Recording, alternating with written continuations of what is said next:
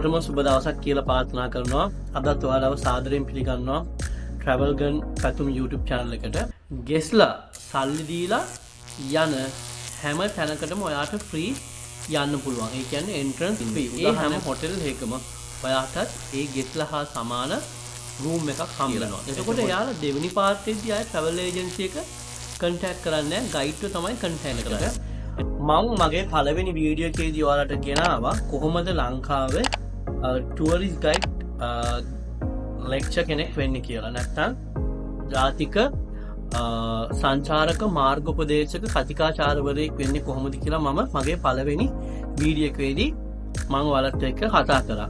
අද මම ඔයාලත් එක්ක බෙදා ගන්න යන්නේ national tourist guide lecture කෙනෙක් වුණාට පස්සේ ඔයාට ඒකෙන් හම්බෙන වරප්‍රසාද නැත්තම් ඒකෙන් හම්බෙන opportunity මොනවද කියලා තමයි මම අද කතා කරන්න යන්නේ. ඔයා හිතන්නකෝ මාස 6ක්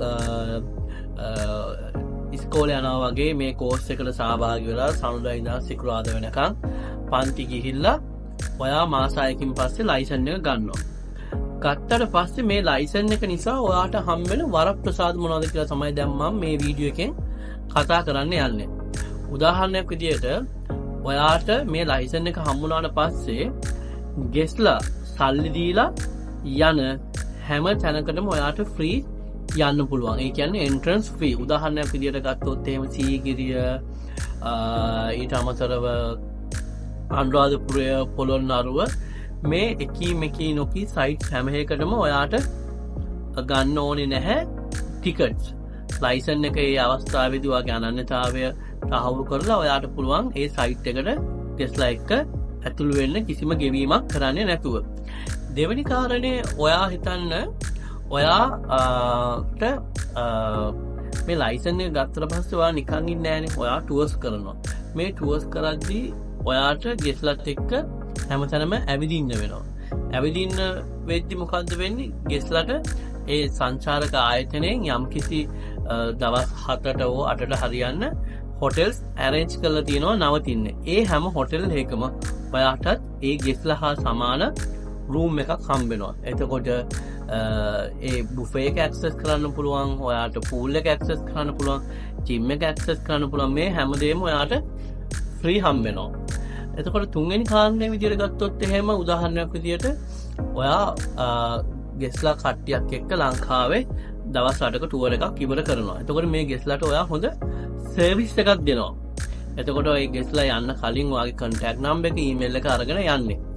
ඊට පස්සේ ගිහිල්ලා මාසෙකින් හෝ අවුරුද්දකින් විතර ආයෙ ඔයාව contact කරලා එයාලගේ යාළුවාගේ ලංකාවට එනවා. ඔයාට පුළුවන් මේ ටුවර් එක ගන්න කියලා. එතකොට එයාලා දෙවෙනි පාර්ට්ටේදී ආයෙ travel agency එක contact කරන්නේ guide එක තමයි contact කරන්නේ. එතකොට ඔයාට මේ අවස්ථාවක් තියෙනවා. ඉතින් ඔයාට පුළුවන් tour itinerary එකක් හදලා ප්‍රෝග්‍රෑම් එක ඒගොල්ලන්ට දීලා හොටෙල් බුක් කරලා ඔයාට ඒ ටුවර් එක ගන්න. මම මගේ තවත් වීඩියෝ එකකින් අනිවාර්යෙන් කොහොමද ප්‍රෝග්‍රෑම් එකක් හදන්නේ, කොහොමද කොස්ටින් කරන්නේ, ඒ හැමදේම කතා කරනවා. ඒ හින්දා බය වෙන්න දෙයක් නැහැ. ඒකත් ඔයාට හම්බෙන එක අවස්ථාවක්. මේ හතරවෙනි අවස්ථාව විදිහට ගත්තොත් එහෙම මේකේ අවස්ථා ගොඩක් තියෙනවා. මම මේ වැදගත්ම අවස්ථා ටික තමයි මම ඔයාට මේ කියන්නේ. හතරවෙනි අවස්ථාව ගත්තොත් එහෙම ඔයා හිතන්න මේ ගෙස්ලත් එක්ක ලංකාවේ ඔයා හැමතැනම ඇවිදිනවා. ඒ ඇවිදිද්දී ඔයාට නොයෙකුත් මිනිස්සු හම්බ වෙනවා. নানা ප්‍රකාර මිනිස්සු හම්බ වෙනවා. හොටෙල්ස් වල මැනේජ්මන්ට් ටීම් එකේ අය ඔයාට හම්බ වෙනවා. රිසර්වේෂන් ටීම් එකේ අය හම්බ වෙනවා. ඉතින් ඒවත් එක්ක තියෙන සමීප සම්බන්ධතාවය මත ඔයා හිතන්න ඔයා ගෙස්ලත් එක්ක නෙමෙයි පවුලේ කට්ටියත් එක්ක යනවා නුවරඑළිය නවතිනවා. එතකොට ඒ හොටෙල් එකකටම ඔයාට සමහර වෙලට ගොඩක් අඩු ප්‍රයිස් එකකට ඔයා ගයිඩ් කෙනෙක් හින්දා ඔයාට අඩු ප්‍රයිස් එකක් තමයි හොටෙල් එකෙන් දෙන්නේ. ඊට අමතරව ඔයාලා ලන්ච් වලට දාන තැන් තියෙනවානේ නුවර. එතකොට ඔයා නුවරට ආව කියලා දැනගත්තට ගමන් ඒගොල්ලෝ කතා කරනවා සර් ඉන්න අපි ගාවට ඇවිල්ලා කාලේ යන්න සල්ලි එපා. ඒකත් එක්තරා ඔයාට හම්බෙන අවස්ථාවක්. අපි තවත් අවස්ථාවක් කතා කරමුකෝ. දැන් ඔයත් එක්ක ගෙස්ලා පිරිසක් ඇවිල්ලා ලංකාවේ ඇවිදලා කරලා ඒගොල්ලන්ගේ සිය මව් රටට යනවා. ගියාට පස්සේ එයාලට ආයෙ ඕන වෙනවා මෙහෙදි ගත්ත තේකොළ හරි මැණික් හරි ස්පයිසස් හරි ආයෙ යම්කිසි ප්‍රමාණයක් ගන්න. උදාහරණ විදිහට තේකොළ ගමුකෝ. ඔයාව කන්ටැක්ට් කරලා කියන මෙන්න මේ බ්‍රෑන්ඩ් එකෙන් මට තේකොළ කිලෝ 5ක් එවන්න. එතකොට ඔයාට පුළුවන් ඒකට සම්කිසි ඔයාගේ පොස්ට් එකක් ඇඩ් කරලා යම්කිසි ලාභයක් ඔයාට එන විදිහට ඇඩ් කරලා ඒක පොස්ටින් කරලා ඔයාට පුළුවන් ඒක ඒ රටට යවන්න. ඒකත් ඔයාට හම්බෙන අවස්ථාව. ඉතින් මගේ මම දැනට වැඩ කරන්නේ Mandarin speaking tour guide lecture කෙනෙක් විදියට, නැෂනල් ටුවරිස්ට් ගයිඩ් ලෙක්චර් කෙනෙක් විදියට. ඉතින් මම ගොඩාක් දේවල් චීනට යවලා තියෙනවා. ඒ කියන්නේ ගෙස්ලගේ ඔන් රික්වෙස්ට් මම ගොඩාක් දේවල් යවලා තියෙනවා. ඉතින් ඕගොල්ලන්ට අනිවාර්යෙන් මේ අවස්ථාව හම්බෙනවා. මොකද මේ ලයිසන් එක අරගෙන ඔෆිෂියලි ඔයා වැඩ කරන්න ගත්තට පස්සේ මේ දේවල් හැමදේම ඔයාට හම්බෙනවා.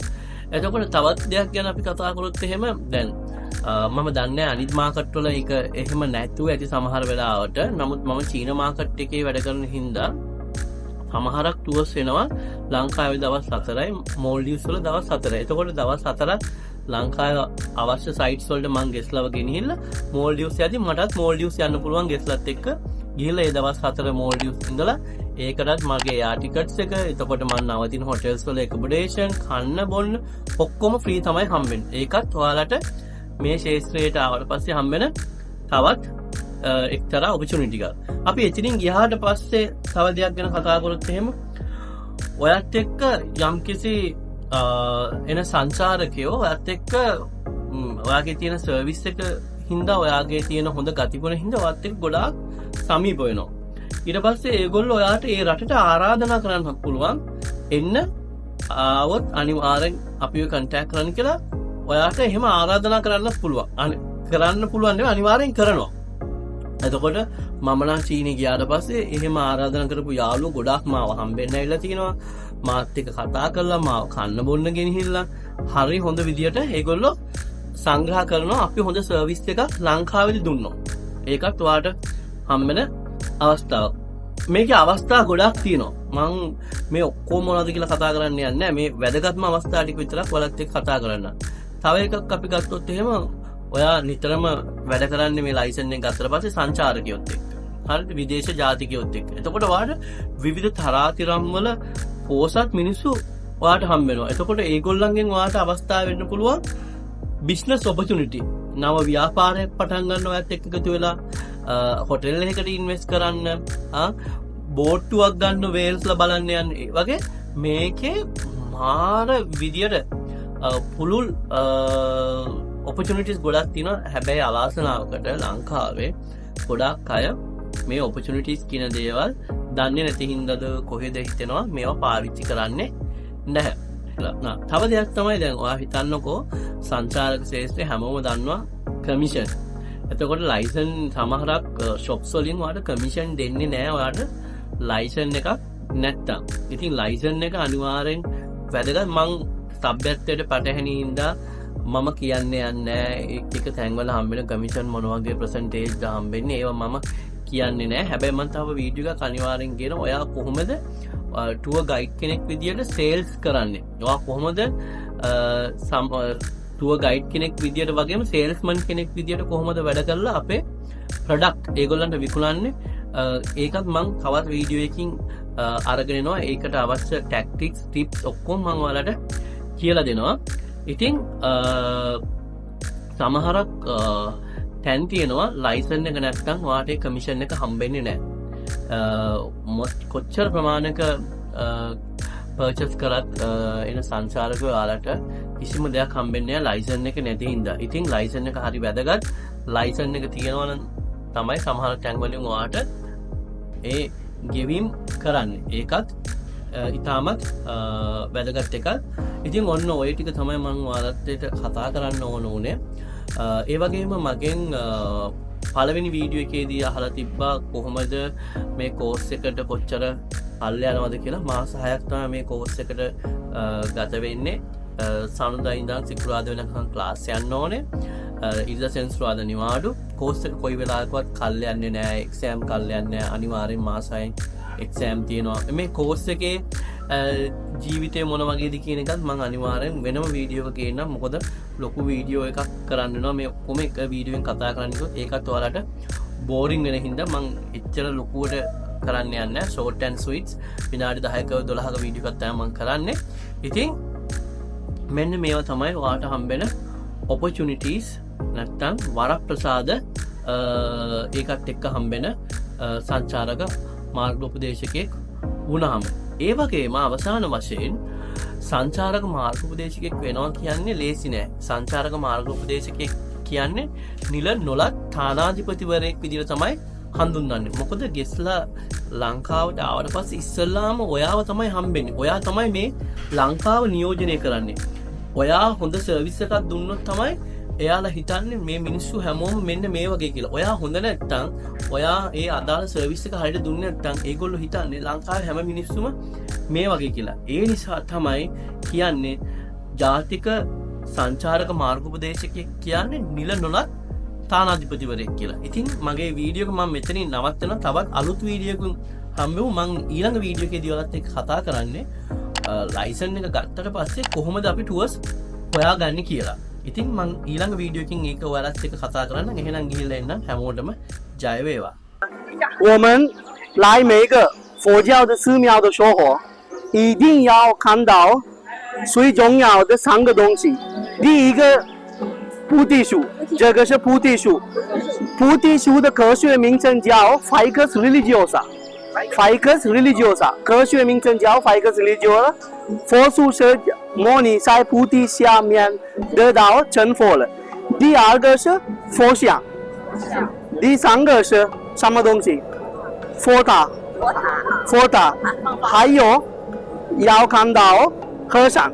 我们来了这个寺庙的时候，我跟你们说了，这个是佛教的寺庙。那边有一个印度庙。有时候客人在问我，导游，你说这个是佛教的寺庙，为什么那边有印度庙？这个是一个小秘密。